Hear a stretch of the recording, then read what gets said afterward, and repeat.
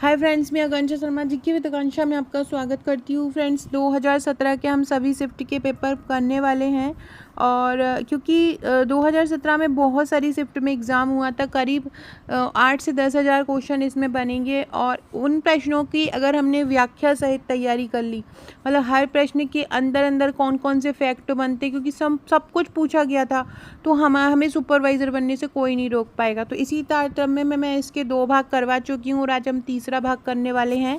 इसके दोनों भाग नहीं देखे हैं तो देख लीजिएगा, बहुत इंपॉर्टेंट है ये पूरे पार्ट ही, और हर पार्ट को मैं बहुत अच्छे से समझा रही हूँ। तो जो भी प्रॉब्लम आ रही है जिस भी क्वेश्चन में, उसको नोट डाउन करते जाइए। तो चलिए स्टार्ट करते हैं। 28 क्वेश्चन लगभग कर चुके थे और आज हम 29वें क्वेश्चन से स्टार्ट करते हैं। क्वेश्चन है, जो ट्रिपल एंटीजन वैक्सीन दी जाती है वो किस किस के लिए दी जाती है, तो उसको हम बोलते हैं डीपीटी। डीपीटी जो है वो ट्रिपल एंटीजन वैक्सीन है, जिसको हम बोलते हैं डिप्थीरिया। पी से बोला जाता है पर्टूसिस। पर्टूसिस मतलब होता है काली खांसी, और टी से होता है टिटनेस। तो डिप्थीरिया, पर्टूसिस और टिटनेस, ये एक ट्रिपल एंटीजन मतलब संयुक्त एंटीजन प्रतिरोधी एक वैक्सीन होती है। और इसका फुल फॉर्म हिंदी में क्या होगा? डी से डिप्थीरिया, पर्टूसिस को क्या बोलेंगे? काली खांसी, और टिटनेस को टिटनेस। तो ट्रिपल एंटीजन वैक्सीन किसके लिए दी जाती है? डिप्थीरिया, काली खांसी और टिटनेस के लिए, या डिप्थीरिया, पर्टूसिस और टिटनेस के लिए दी जाती है। और इसको क्या बोलते हैं? डीपीटी बोलते हैं। इसके बारे में पढ़ लेते हैं। मनुष्य 3 संक्रामक रोगों के खिलाफ संयोजन टीके को संदर्भित करता है: डिप्थीरिया, काली खांसी और टिटनेस। टीका के घटकों में डिप्थीरिया और टिटनेस टॉक्साइड शामिल हैं। डिप्थीरिया, काली खांसी और टिटनेस टीका जो होता है, जो टिटनेस टीका होता है ना, जो टिटनेस का टीका होता है जिसको टीटी बोलते हैं, इसमें 2 घटक शामिल होते हैं। एक तो होता है डिप्थीरिया और दूसरा होता है टिटनेस टॉक्साइड। याद रखना, टिटनेस टीके में कितने घटक शामिल होते हैं? टिटनेस के टीके में 2 घटक शामिल होते हैं। एक तो क्या होता है टिटनेस, एक क्या होता है टिटनेस टीके के कौन कौन से? एक तो होता है डिप्थीरिया और दूसरा होता है टिटनेस टॉक्साइड। क्या क्या होता है? हाँ, टिटनेस टॉक्साइड होता है और क्या होता है? डिप्थीरिया होता है। इसको ट्रिपल एंटीजन वैक्सीन भी बोलते हैं। अगला क्वेश्चन है, ये तो मैं बहुत बार बहुत सारे प्रैक्टिस सेट में आपको करवा चुकी हूँ। बीसीजी का पूरा नाम क्या होता है? Bacillus Calmette Guerin. ये बीसीजी का टीका होता है। बीसीजी बच्चे को जब बच्चे का जन्म होता है तो इसको लगाया जाता है। टीबी की रोकथाम के लिए बीसीजी का टीका लगाया जाता है। याद रखना, टीबी या तपेदिक जो रोग होता है उसके इलाज के लिए उसके रोकथाम के लिए इसको लगाया जाता है। तो और बीसीजी एक टीका है जो यक्षमानी मतलब टीबी की रोकथाम के लिए लगाया जाता है। ये जन्म के समय जितने हो जल्दी हो सके, मतलब वैसे तो बोला जाता है जन्म के 24 घंटे के अंदर जितना जल्दी हो सके शिशु को लगाने की सलाह दी जाती है। इसका पूरा नाम बैसिलस कॉमेट गुएरिन है। किस वैक्सीन की बूस्टर खुराकें मुख से दी जाती हैं? देखो, मुख से तो मेनली एक ही खुराक दी जाती है। इसका नाम क्या है? पोलियो। पोलियो के भी प्रकार आजकल हो गए हैं। इनएक्टिवेट पोलियो वायरस हो गया है, FIPV हो गया है, जिसको हम फ्रैक्शनल इनएक्टिवेटेड पोलियो वायरस कहते हैं। क्योंकि ये जो पोलियो है, ये जो पोलियो की बूंद होती है, जब मनुष्य के शरीर में डाली जाती है, बच्चे के शरीर में डाली जाती है, तो ये बाय यूरिन बाहर निकलती है। अब बाय यूरिन जब बाहर निकलती है तो अगर ये मच्छर मक्खी उस पर बैठते हैं और अगर दूसरे बच्चे के पास पहुंच जाती है तो उसको संक्रमित कर देती है। क्योंकि ये जो पोलियो वायरस की जो दवाई है, ये पोलियो की, ये जो कमज़ोर इसमें पोलियो वायरस होता है। लेकिन जब हम जो निष्क्रिय वाला जो होता है इनएक्टिवेटेड पोलियो वायरस, WHO इसकी लगाने की भी सलाह देते हैं। इसमें क्या होता है? निष्क्रिय रहता है। इसको अगर ये संक्रामक नहीं, इसको अगर किसी बच्चे को लगा भी दिया जाए ना, तो ये संक्रमण नहीं फैलाता है। तो इसलिए IBB की भी सलाह दी जाती है। तो किस वैक्सीन की बूस्टर खुराकें मुख से दी जाती हैं? पोलियो की। पोलियो जिसे पोलियो गेलाइटिस भी कहा जाता है और पोलियो मलाइटिस भी बोला जाता है, एक विषाणु जनित संक्रामक रोग है। किसके द्वारा होता है? ये विषाणु द्वारा होता है।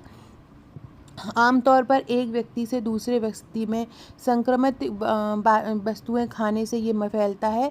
पोलियो वैक्सीन की जो बूस्टर खुराकें हैं 4 बार में दी जाती हैं। कैसे? 2 महीने में दे दी गई, 4 महीने में दे दी गई, 6 से 18 महीने में, और एक 4 से 6 महीने में। इस प्रकार से पोलियो वैक्सीन की जो बूस्टर खुराकें हैं वो 4 बार में दी जाती हैं। मैंने आपसे कहा था ना, एक क्वेश्चन से आपके बहुत सारे क्वेश्चन याद हो जाएंगे। अब यहीं आपके देखिए याद हो रहे हैं। पोलियो वैक्सीन की बूस्टर खुराकें कितने बार दी जाती हैं? तो पोलियो बूस्ट वैक्सीन की जो बूस्टर खुराकें हैं वो 4 बार दी जाती हैं। पोलियो वैक्सीन की बूस्टर खुराकें कितने बार दी जाती हैं? 4 बार। 2 महीने में, 4 महीने में, 6 से 18 महीने में और 4 से 8 महीने में एक बूस्टर खुराक। राष्ट्रीय प्रतिरक्षीकरण कार्यक्रम के अंतर्गत खसरे की जो वैक्सीन है किस आयु पर दी जाती है? खसरे की वैक्सीन, खसरे की पहली वैक्सीन और विटामिन ए की पहली वैक्सीन दोनों ही जो वैक्सीन है वो दी जाती हैं 9 महीने में। जब बच्चा 9 माह का हो जाता है तब ये दी जाती हैं खसरे और विटामिन ए का। खसरे का और विटामिन ए का जो दिया जाता है वो कितने महीने में दिया जाता है? वो 9 महीने में दिया जाता है। जब बच्चा 9 माह का हो जाता है तो उसको खसरे की पहला टीका और विटामिन ए का पहला टीका दिया जाता है। विटामिन ए का कुल 9 टीके लगाए जाते हैं, 9 खुराक दी जाती हैं। राष्ट्रीय प्रतिरक्षी कार्यक्रम के अंतर्गत खसरे की वैक्सीन 9 माह की आयु पर दिया जाता है। खसरा इस कार्यक्रम में कब जोड़ा गया था? 1999 में जोड़ा गया था। इसको रोबेला भी कहते हैं। इसके द्वारा लूज मोशन बच्चे में हो जाते हैं। खसरा एक वायरल संक्रमण है, मतलब वायरस के द्वारा होता है। ये छोटे बच्चों के लिए गंभीर है लेकिन आसानी से टीके द्वारा इसको रोका जा सकता है। अगला क्वेश्चन है, नवजात शिशुओं में डीपीटी लगाने का अनुशंसित स्थान कहाँ है? मतलब जो नवजात शिशु होते हैं उसमें डीपीटी कहाँ पे लगाया जाता है? तो शरीर में एक डेल्टाइड पेशी पाई जाती है। और कहाँ होती है ये? जो कंधा होता है, कंधे के गोल समोच्च वाली, जो कंधे की जो गोलाई वाली जो मांसपेशी होती है वहाँ पर ये होती है। और यह 7 महीने तक के बच्चों को दिया जाता है डीपीटी। तो कहाँ पे दिया जाता है? डेल्टाइड पेशी में। याद रखना, डीपीटी, डी से डीपीटी, डी से डेल्टाइड। तो डीपीटी का जो लगाने का जो अनुशंसित स्थान है वो क्या है? डेल्टाइड पेशी है। डेल्टाइड पेशी मानव शरीर में त्रिमूर्ति मांसपेशियों को कंधे के गोल समोच्च बनाने वाली मांसपेशी होती है और यह 7 महीने तक के बच्चों को दी जाती है। किसको? 7 महीने तक के बच्चों को दी जाती है। डेल्टाइड पेशी मानव शरीर में त्रिमूर्ति मांसपेशियों को कंधे के गोल समोच्च बनाने वाली पेशी होती है। कब तक दी जाती है? 7 महीने तक। कहाँ पे दी जाती है? डेल्टाइड। डीपीटी कहाँ दी जाती है? डेल्टाइड पेशी में दी जाती है। अगला है, राष्ट्रीय अंधत्व नियंत्रण कार्यक्रम के अनुसार अंधता का मुख्य कारण क्या है? तो अंधता का मुख्य कारण है मोतियाबिंद। आँख के सामान्य रूप से साफ लेंस पर छाई जाना को मोतियाबिंद कहते हैं। मतलब जो लेंस होता है आँखों का उस पर कोई चीज़ जब छा जाती है ऊपर से उसको मोतियाबिंद कहते हैं। राष्ट्रीय अंधता नियंत्रण कार्यक्रम 1976 में 100% केंद्र प्रायोजित प्रायोजित योजना है। इसमें अंधता का मुख्य कारण मोतियाबिंद है। तो याद रखना, राष्ट्रीय अंधत्व कार्यक्रम कब आरंभ हुआ? इसमें भी आपके 2 क्वेश्चन आरंभ हो गए। एक तो राष्ट्रीय अंधत्व कार्यक्रम कब हुआ? 1976 में। और अंधता का मुख्य कारण क्या है? मोतियाबिंद है ये। तो 2 क्वेश्चन आपके याद हो गए। फ्रेंड, डिस्क्रिप्शन बॉक्स में आपको मेरे WhatsApp group, Telegram group, Facebook, Twitter, Insta का लिंक मिल जाएगा। मेरी इंस्टाग्राम आईडी है आकांक्षा1957। आप यहाँ मुझे फॉलो कर सकते हैं। साथ में आप मुझे व्हाट्सएप पर भी फॉलो कर सकते हैं। व्हाट्सएप ग्रुप की लिंक, टेलीग्राम ग्रुप की लिंक मिल जाएगी आपको। 6260190944 है हमारा। जो अगर नोट्स लिए हैं जिसने, हमारे नोट ग्रुप में बहुत शानदार तैयारी कराई जा रही है, बहुत महत्वपूर्ण क्वेश्चन दिए जा रहे हैं। नोट्स की जानकारी मैं आपको दे देती हूँ। फ्रेंड, जो हमारे महिला सुपरवाइज़र के नोट्स, उसमें टोटल आपको 7 बुकलेट मिलेंगी। अब आप बोलें हम 1 ले लें, 2 ले लें, ऐसा नहीं है। ये पूरा होल पैकेज है 7 बुकलेट का, क्योंकि हम इसमें ऑनलाइन भी डाटा दे रहे हैं प्लस ऑफलाइन भी आपको डाटा दे रहे हैं। ये दोनों ही हम प्रोवाइड करा रहे हैं। ऑफलाइन बुक मतलब ये 7 बुक आपके घर पे पहुंचेंगी, और ऑनलाइन तैयारी के लिए हम आपको एक व्हाट्सएप या टेलीग्राम ग्रुप प्रोवाइड कराते हैं जो पेड होता है। उसमें केवल वही लोग जुड़ते हैं जो हमारे नोट्स लेते हैं। वहाँ पर बहुत शानदार तैयारी करवाई जा रही है, बहुत शानदार क्वेश्चन करवाए जा रहे हैं। बी सीरीज़ वहाँ पे चलाई जा रही है। V9 और V10 में मैंने कम्युनिकेशन या संप्रेषण को कवर करवाया। आज मैंने मैग्नीशियम को कवर किया है, जिसका आज रात को टेस्ट भी है। ग्रुप में टेस्ट होते हैं रेगुलर। और मैग्नीशियम की कितनी मात्रा किसको आवश्यक होती, एक साथ पूरे तत्व पढ़ेंगे तो याद नहीं होगी। शारीरिक जो ICMR रिपोर्ट है, इसलिए मैं एक एक करके पूरे फैक्ट याद करवा रही हूँ। तो जो लोग भी हमारे नोट्स लेना चाहते हैं और वो सोच रहे हैं कि हम नोटिफिकेशन के बाद लें या, तो आप जितना डिले होंगे हमारे ग्रुप के अपडेट से भी आप डिले होते जाएंगे। ग्रुप में बहुत शानदार तैयारी, यकीन मानिए जिन्होंने ग्रुप पूरा कर लिया, हमारे ये नोट्स पूरे कर लिए, ये प्रैक्टिस सेट पूरा कर लिया, आपको सुपरवाइज़र बनने से कोई नहीं रोक पाएगा। मेरे चैनल पर 2 सीरीज़ सुपरवाइज़र की इस सॉल्व्ड पेपर के अलावा चल रही, जिसमें एक ए सीरीज़ चल रही जिसमें मैं टॉपिक वाइज आपको थ्योरी और एमसीक्यू करवा रही हूँ, और दूसरी चल रही है मॉडल प्रैक्टिस सेट, जिसमें मैं हर प्रकार के सेट का मिक्स आपको मॉडल प्रैक्टिस सेट करा रही हूँ ताकि आपको ज़्यादा से ज़्यादा प्रश्नों की प्रैक्टिस हो सके। और तीसरा मैं आपको ये 2017 की ऑल शिफ्ट के पेपर करवा रही हूँ। तीनों ही बहुत इंपॉर्टेंट हैं। नोट्स नहीं ले पा रहे हैं तो ये वीडियो देखिए। इन वीडियो की PDF जो है मैं वो ग्रुप में प्रोवाइड कराती हूँ, जो आपको नोट्स लेने पर मेरी ये ग्रुप का भी मैं बताती हूँ, ग्रुप भी कैसा मिलता है, कैसे आपको तैयारी करनी पड़ती है। इस प्रकार से एक बुकलेट आपको 1000 वर्ड लाइनर की भी मिलेगी। इस प्रकार की बुक आप लोगों के घर पे पहुँचेगी। फ्रेंड देखिए, जैसे कि ये सुपरवाइज़र तैयारी ग्रुप दिया जा रहा है, ये आपको इस प्रकार से दिया जाएगा। अब मैं इसको खोलती हूँ तो आप देखिए इस प्रकार से क्वेश्चन, जैसे कि कल मैंने ये मैग्नीशियम का टॉपिक दिया है याद करने के लिए, और मैग्नीशियम के टॉपिक में मैंने मैग्नीशियम की कितनी मात्रा सामान्य महिला, गर्भवती महिला, स्तनपान कराने वाली, सामान्य पुरुष, बाल बच्चे जो होते हैं वो 12 से 14, 15 से 16, 16 से 18, 1 से 3 वर्ष, ये सारा मैग्नीशियम का पोषण की मैंने ये PDF दी है। इसके अलावा इसमें टेस्ट भी होते हैं। टेस्ट देखिए आप, ये किस प्रकार से ये टेस्ट होते हैं। ये इस प्रकार से देखिए, ये बच्चों ने टेस्ट दिए हैं। ये इस प्रकार से देखिए आप, ये इस प्रकार से टेस्ट होते हैं। ये देखिए, ये इस प्रकार से हम लोग टेस्ट लिए जाते हैं। इसके बाद PDF दी जाती है, ग्रुप में तैयारी करवाई जाती है, ग्रुप में रेगुलर फैक्ट दिए जाते हैं। स्टूडेंट जो है टॉपिक को पढ़ते, हम ये नहीं कहते कि आप बुक पढ़िए, हम खुद से ही देते हैं कि हमें खुद टॉपिक देते हैं और आपको बोलते हैं कि उस टॉपिक को आप तैयार कीजिए। जैसे कि देखिए, ये मैंने एक प्रैक्टिस सेट भी दिया हुआ है। इस तरह से हमारी वीडियो की PDF की जो दी जाती है वो भी यहाँ पे दे दी जाती है। इसके अलावा ये संप्रेषण मैंने बताया था, संप्रेषण ये B10 है। ऐसे ही एक B9 है और एक ये V10 है। B9 भी मैंने ऊपर दिया हुआ है, जहाँ पे मैंने देखो, अगर हम देखें ग्रुप की मीडिया में आके देखें तो देखिए इस तरह से मैं ये सब क्वेश्चन कवर करवाती हूँ बच्चों को। देखिए, जैसे कि ये वाला टॉपिक पढ़िए, गर्भावस्था कवर करवाई है मैंने, और ये इस प्रकार से ये देखिए, ये B10 है, ये V9 है, ये B8 है, ये A3 जो वीडियो की ये V7 है। V7 में मैंने घरेलू हिंसा करवाया था। तो इस प्रकार से मैं करवा रही हूँ अपने ग्रुप में। तो आप भी अगर हमारे नोट्स लेना चाहते हैं और हमारी ऑनलाइन तैयारी के ग्रुप से जुड़ना चाहते हैं तो आप मुझे व्हाट्सएप कर सकते हैं। मेरा व्हाट्सएप नंबर ये लिखा हुआ है 6260190944। साथ में डिस्क्रिप्शन बॉक्स में भी आपको मिल जाएगा। चलिए अब नेक्स्ट क्वेश्चन पढ़ते हैं। अगला क्वेश्चन है, अंतर्राष्ट्रीय महिला दिवस कब मनाया जाता है? अंतर्राष्ट्रीय महिला दिवस 8 मार्च को मनाया जाता है। अंतर्राष्ट्रीय महिला दिवस कब मनाया जाता है? 8 मार्च को मनाया जाता है। 8 मार्च 1917 को, ये भी याद रखना, कब से? 1917 से।